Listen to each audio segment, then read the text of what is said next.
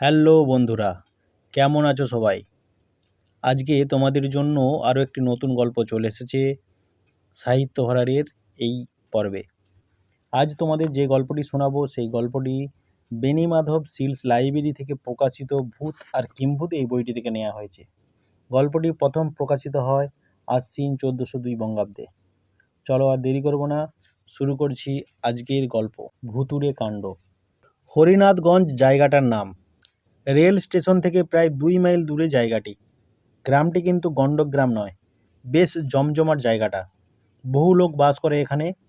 বামুন থেকে শুরু করে বিভিন্ন সম্প্রদায়ের মানুষ এখানে বাস করে। স্টেশন থেকে বেরিয়ে কিছুটা এগিয়ে গেলেই পাকা বাঁধানো রাস্তা। এই রাস্তার একদিকে একটা নাম না জানা নদী এঁকে বেঁকে চলে গিয়েছে হরিনাথগঞ্জ পার করে দূর থেকে দূরান্তরে। রাস্তার অপর দিকে মাঠ, মাঠের শেষে লোকজনের বাস। রাস্তার দুপাশে বটগাছ, অশ্বত্থ গাছ, হিজল, শিরীষ ইত্যাদি অনেক রকম নাম না জানা গাছের সারি। এই বড় রাস্তা ধরে কিছু দূর এগিয়ে গেলেই হরিনাথগঞ্জের বাজার। বাজারটা ছোটোখাটো নয়, বেশ বড় বাজার। বড় বড় দোকানপাট, দোকানে সব কিছুই পাওয়া যায়। চায়ের দোকান, মিষ্টির দোকান আর চপ কাটলেটের দোকানও আছে। প্রতিদিনই বাজার বসে, তবে সপ্তাহে 2 দিন হাটবার। হাটবারে সকাল থেকেই বাজার জমে যায়। যত বেলা হয় বাজারের লোকও বাড়তে থাকে। আশপাশের গ্রাম থেকে চাষিরা গরুর গাড়ি বোঝাই করে ধান চাল নিয়ে আসে বাজারে ধান চালের আড়তে বিক্রি করতে। নানা রকম তরি তরকারিও আমদানি হয়। হাটের পাশ দিয়ে যে নদীটা বেরিয়ে গেছে সেই নদীপথে কুমোররা মাটির বাসন নিয়ে আসে, কামাররা লোহার জিনিসপত্র তৈরি করে নিয়ে আসে। হাটবারের 2 দিন বাইরে থেকে বড় বড় মহাজনেরা আসে। তারা ধান চাল, পাট, গুড় প্রভৃতি কিনে নিয়ে যায়। হরিনাথগঞ্জের মহাজনরাও আবার নৌকা পথে ধান চাল চালান দেয় দূরের সব শহরাঞ্চলে। বর্তমানে হরিনাথগঞ্জের খুব উন্নতি হয়েছে। গ্রামের রাস্তাগুলি ভালোভাবে মেরামত করা হয়েছে। বৈদ্যুতিক আলোও জ্বলছে রাস্তায়। বাজারের দোকানগুলিতে বৈদ্যুতিক আলো জ্বলেই, তাছাড়া গ্রামের লোকেরাও লাইট নিয়েছে ঘরে ঘরে। বাজারের আশেপাশে পাকা বাড়িও আছে অনেক। তাছাড়া সব প্রায় মাটির বাড়ি আর খড়ের চাল, কিছু কিছু আবার টিনের চাল। বাজার থেকে বেরিয়ে দক্ষিণ দিকে একটা ছোট রাস্তা বেরিয়েছে। এই রাস্তা ধরে খানিক দূর গেলেই পাশাপাশি কিছু নিচু সম্প্রদায়ের মানুষের বাস। এদের অবস্থা তত ভালো নয়। এদের জমি জায়গা বলতে বিশেষ কিছুই নেই। এরা নদীতে মাছ ধরে আর পরের জমিতে মজুর খেটে দিন চালায়। এই পাড়াগুলো পার হয়ে মাইল খানেক এগোলেই মোড়া কাটা ঘর, তার পাশেই শ্মশান। এখানে নদীটা একটা বাঁক নিয়ে ঘুরে গেছে। সেখানে একটা বিরাট চড়া, সেই চড়াতেই মোড়া পোড়ানো হয়। অনেক দূর থেকে লোক এখানে মোড়া পোড়াতে আসে। হরিনাথগঞ্জ নামটা কেন হলো তা বলছি শোনো। হরিনাথ বন্দ্যোপাধ্যায় নামে একজন জমিদার বহুদিন আগে এখানে এসে বাস করতেন। তার নামে বাঘেগরুতে এক ঘাটে জল খেত। তবে তিনি খুব পরোপকারী ছিলেন। গ্রামের সকলকেই তিনি ভালোবাসতেন। যে সময়ের কথা বলছি তখন হরিনাথগঞ্জে দিনের বেলা শেয়াল ডাকত। চারপাশে ছিল বাঁশের বন। সন্ধ্যা হলেই মশার কামড়ানিতে অস্থির হয়ে পড়তো সবাই। নালাডোবায় চারপাশ ভর্তি ছিল, রাস্তাঘাটও উন্নত ছিল না। এক জায়গা থেকে অন্য জায়গায় যেতে হলে মানুষের দুঃখের সীমা ছিল না। জমিদার হরিনাথবাবুর কোনো ছেলেপুলে ছিল না। পয়সা ছিল প্রচুর। তিনি নিজের পয়সা খরচ করে এখানে হাট বসান আর রাস্তাঘাটও কিছু কিছু মেরামত করেন। তারপর হঠাৎ করেই জমিদারবাবু মারা যান। তার স্ত্রী হরিনাথগঞ্জের সব সম্পত্তি আর ঘরবাড়ি বিক্রি করে কলকাতায় চলে যান।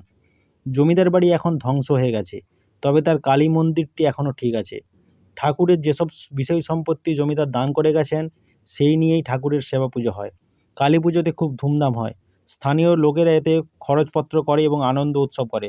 তারপর দেশ স্বাধীন হলো। রাজনৈতিক অনেক ঘাত প্রতিঘাতের মধ্যে দিয়ে দেশ এগিয়ে যেতে লাগলো। ক্রমে ক্রমে হরিনাথগঞ্জের উন্নতি হলো। জমিদার হরিনাথবাবুর নামেই সেদিন জায়গাটির নাম হয়েছিল হরিনাথগঞ্জ। আগেই বলেছি, বেশ কিছু নিচু জাতের মানুষ এখানে বাস করে। সেই সমস্ত লোকেদের অবস্থা খুব ভালো ছিল না। এরা মাঝে মাঝে চুরি ডাকাতি করত। তাছাড়া ঠ্যাঙাড়ে বলেও এদের বদনাম ছিল। বাইরে থেকে যেসব মহাজন হরিনাথগঞ্জের বাজারে আসতো, সুযোগ সুবিধা পেলে তাকে এরা ঠেঙিয়ে মেরে টাকা পয়সা সব লুটে নিয়ে পালাতো। সেই জন্য সব লোকজন এদিকে বিশেষ আসতো না। যাবার দরকার হলে একসঙ্গে 4-5 জন লোক দল বেঁধে সেদিকে যেত। হঠাৎ হরিনাথগঞ্জে একটা কাণ্ড ঘটে গেল। সেদিন হাটবারের আগের দিন অনেক মহাজন এসেছে বাইরে থেকে মালপত্র কিনে নিয়ে যাওয়ার জন্য। একজন মহাজন এসে রেল স্টেশনে নামলেন। তখন রাত প্রায় 10টা বেজে গেছে, অন্ধকার রাত। তিনি নতুন লোক, রাস্তাঘাট ভালো চেনেন না। তিনি স্টেশনের একটা চায়ের দোকানে জিজ্ঞেস করলেন, হরিনাথগঞ্জ বাজার এখান থেকে কত দূর? দোকানদার বললে, তা প্রায় 2 মাইল হবে বাবু। এখান থেকে হরিনাথগঞ্জে কিভাবে যাব? রিক্সা ছাড়া উপায় নেই বাবু, একটা বাস আছে অবশ্য, সেটা স্টেশনে থাকে, কিন্তু সে অনেকক্ষণ চলে গেছে। আজ আর বাস পাবেন না, কাল 9টার আগে কোনো বাস নেই। বরং আজকের রাতটুকু স্টেশনে কাটিয়ে কাল সকালে রিক্সা করে চলে যাবেন। মহাজন বললেন, না বাপু, একে শীতের রাত, তার উপর স্টেশনের বেঞ্চিতে বসে সারা রাত মশা চাপড়াতে পারবো না। এখন কোথায় রিক্সা পাবো বলে দাও। দোকানদার বললে, স্টেশনের বাইরে রিক্সার একটা ঘাঁটি আছে, গেলেই পাবেন। মহাজন স্টেশন থেকে বেরিয়ে দেখলো রিক্সার ঘাঁটিতে একটা মাত্র রিক্সা আছে। শীতের জন্য সবাই চলে গেছে। মহাজন বললে, ও ভাই রিক্সাওয়ালা, হরিনাথগঞ্জের বাজারে যাবে? এই কথা শুনে রিক্সাওয়ালা তো খুব খুশি। সে বললে, কেন যাব না বাবু, আসুন আসুন। মহাজন রিক্সায় উঠে বসলো আর রিক্সা চলতে লাগলো। ওই রিক্সাওয়ালাটি কিন্তু খুব সাংঘাতিক লোক, নাম তার হরেন। আসলে কিন্তু এ রিক্সাওয়ালা নয়, একজন ঠ্যাঙারে। এরা দলে ছিল 3 জন, জব্বর মিয়া, রতন আর সে নিজে। হরেন হলো জেলে পাড়ার লোক।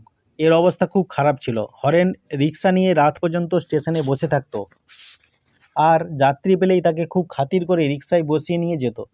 স্টেশনে নেমে 1 মাইল পথ এগিয়ে গেলেই পথের ধারে একটা জোলা জায়গা, চারপাশে বড় বড় গাছ আর বেশ জঙ্গলে ভরা।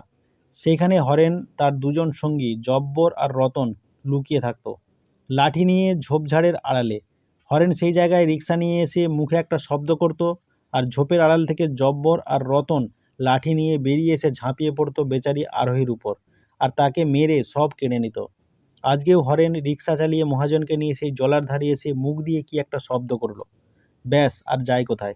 সঙ্গে সঙ্গে ঝোপের আড়াল থেকে লাঠি নিয়ে বেরিয়ে এলো জব্বর আর রতন, তাদের মুখে কালো কাপড় বাঁধা। তাদের দেখে মহাজন ভয় পেয়ে গেল। সে রিক্সা থেকে লাফিয়ে পড়ে পালাতে চেষ্টা করলো, কিন্তু পারল না। সঙ্গে সঙ্গে জব্বর তার মাথায় লাঠির আঘাত মারল। চিৎকার করে মহাজন পালাতে গেল, কিন্তু রতন তার পায়েও লাঠি মারল। মুখ থুবড়ে পড়ে গেল মহাজন। তারপর রতন আর জব্বর আর হরেন তার মাথায় লাঠি মেরে মাথাটা ফাটিয়ে দিল। ভেসে গেল চারপাশ, সেখানকার মাটি। মহাজন মারা গেল। মহাজনের কাছে অনেক টাকা ছিল। ওরা 3 জন সব কেড়ে মহাজনের দেহটাকে জলের ভেতর ঝোপের মধ্যে ফেলে পালিয়ে গেল। সকালে হরিনাথগঞ্জের বাজারে এই খবরটা রটে গেল সবার মুখে মুখে। সবাই বুঝে নিল এই কাজ ওই 3 জনের। থানায় সংবাদ দিতে পুলিশ এলো। তারা অনেক অনুসন্ধান করলো, কিন্তু কিছুই করতে না পেরে ফিরে গেল। এই ঘটনার প্রায় 3 দিন পরে জোলার ভেতর থেকে মহাজনের দেহটা উদ্ধার করলো, এবং তখন দেহটা একবারে পচতে শুরু করেছে। দেখতে দেখতে প্রায় 6 মাস কেটে গেল। তখন মাঘ মাস, বিয়ের লগন পড়েছে। যতীন ময়রার দোকানে সেদিন অনেক রাত্রি পর্যন্ত মিষ্টি তৈরি হচ্ছিল। হঠাৎ সে দোকান থেকে বেরিয়ে দেখল অন্ধকারে লম্বা চওড়া একজন লোক বাজারের ভেতর থেকে বেরিয়ে আসছে। লোকটাকে চেনা যায় না, মুখটা ঢাকা। লোকটাকে কেমন যেন রহস্য বলে মনে হচ্ছে। যতীন ভয় পেয়ে তাড়াতাড়ি দোকানে ঢুকে দরজা বন্ধ করে দিল। তার কারণ ছিল, কিছুদিন আগেই তো একজন মহাজনকে খুন করে সব কেড়ে নিয়ে পালিয়েছে ডাকাতরা। তাই সে ভাবলে বোধহয় ডাকাত হবে। সকালে উঠে যতীন বাজারের সকলকে কথাটা বলল। সবাই শুনে আশ্চর্য হয়ে গেল। এ কী রে বাবা, চারিদিকে আলো জ্বলছে, লোকজন প্রায় সারা রাতই বাজারে থাকে, এর মধ্যে আবার ডাকাত এলো কী করে? এইভাবে 2-4 দিন বেশ গবেষণা চলল, তারপর সব চুপচাপ। আরও কয়েকদিন কাটলো। জবরের বাড়িতে সেদিন মাংস রান্না হয়েছিল, সেই সঙ্গে আরও নানা রকম খাবার তৈরি হয়েছিল। সেদিন ছিল তাদের পরব। জব্বরের বউ সব রান্না করে জব্বরকে খেতে দিল। জব্বর খেতে বসে তখনও মুখ দেয়নি। হঠাৎ খাবার জায়গাগুলো শূন্যে উঠে পাখির মতো ঘুরপাক খেতে লাগলো। জব্বর ভয়ে কাঁপতে কাঁপতে উপর দিকে চেয়ে রইল। শেষ পর্যন্ত খাবার জায়গাগুলো দরজা দিয়ে বেরিয়ে মাটিতে ধপাস করে পড়ে গেল। খাবার দাবারগুলো সব ছড়িয়ে পড়ল মাটিতে। জব্বরের বাড়িতে সেদিন আর কারো খাওয়া হলো না। পাড়ার মাতব্বররা বললে, নিশ্চয়ই জিন লেগেছে জব্বরের পেছনে। রতনের একটা ছোট নৌকা ছিল, সেই নৌকায় চড়ে সে মাছ ধরত। একদিন সকালবেলা রতন নদীর ধারে এসে দেখল তার সেই নৌকাটাকে কে ভেঙে চুরিয়ে জলে ডুবিয়ে দিয়েছে। নৌকাটাকে এমনভাবে ভেঙে দিয়েছে যে মেরামত করলে সে অনেক টাকার দরকার। হরেনের ঘরেও দুমদাম ইট পড়তে লাগলো গভীর রাতে। এইভাবেই সব ভুতুড়ে কাণ্ড ঘটতে লাগলো 3 পাড়াতে। সারা হরিনাথগঞ্জের মানুষ খুব ভয় পেয়ে গেল। সেদিন চায়ের দোকানে বসে বাজারের কয়েকজন বিশিষ্ট লোক এই বিষয়ে আলোচনা করছিল। একজন বয়স্ক লোক বললে, এতখানি বয়স হলো কিন্তু এরকম ভুতুড়ে কাণ্ড তো দেখিনি। একজন অল্পবয়স্ক ছোকরা বললে, ওইসব ভুতুড়ে কাণ্ড নয়, নিশ্চয়ই কোনো ডাকাত এই কাজ করছে। বয়স্ক লোকটি বললে, ডাকাত কি খাবার থালা শূন্যে উড়িয়ে নিয়ে যেতে পারে? না রতনের নৌকাটাকে এভাবে ভেঙে দিতে পারে? নিশ্চয়ই এসব ভুতুড়ে কাণ্ড। ঘোষপাড়ার একজন বললে, আরও একটা আশ্চর্যের কথা যে মাঝে মাঝে একটা লম্বা চওড়া লোককে স্টেশনের দিকের রাস্তা ধরে আমাদের বাজারে আসতে দেখা যায়। রাস্তার ধারে গভীর রাত্রে সে আসে, আর যেদিন সে আসে সেদিনই একটা কাণ্ড ঘটে যায়। সবাই বলল, এটা তো ভালো কথা নয়, এর একটা ব্যবস্থা করা দরকার। বেশ কয়েকদিন এই নিয়ে গবেষণা চলল, তারপর আবার সব চুপচাপ। সেদিন রতন একটা ধানের বোঝা নিয়ে সন্ধ্যার সময় মাঠ থেকে বাড়ি ফিরছিল। তখন অন্ধকার হয়ে এসেছে। এমন সময় পেছন থেকে তাকে কে যেন খুব জোরে ধাক্কা মারল।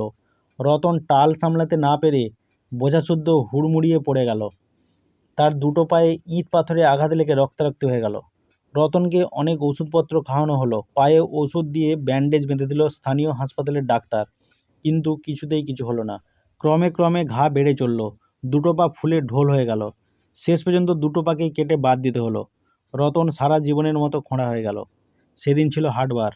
জব্বরের একটা গরুর গাড়ি ছিল। সে একজন চাষির ধান গাড়িতে বোঝাই করে হাটে বিক্রি করতে গেল। চাষিও সঙ্গে ছিল।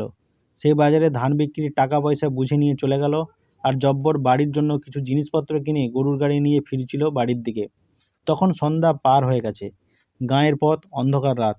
জব্বর আপন মনে গাড়ি চালিয়ে ফিরে আসছিল। গাঁয়ের পথ, অন্ধকার রাত। জব্বর আপন মনে গাড়ি চালিয়ে ফিরে আসছিল।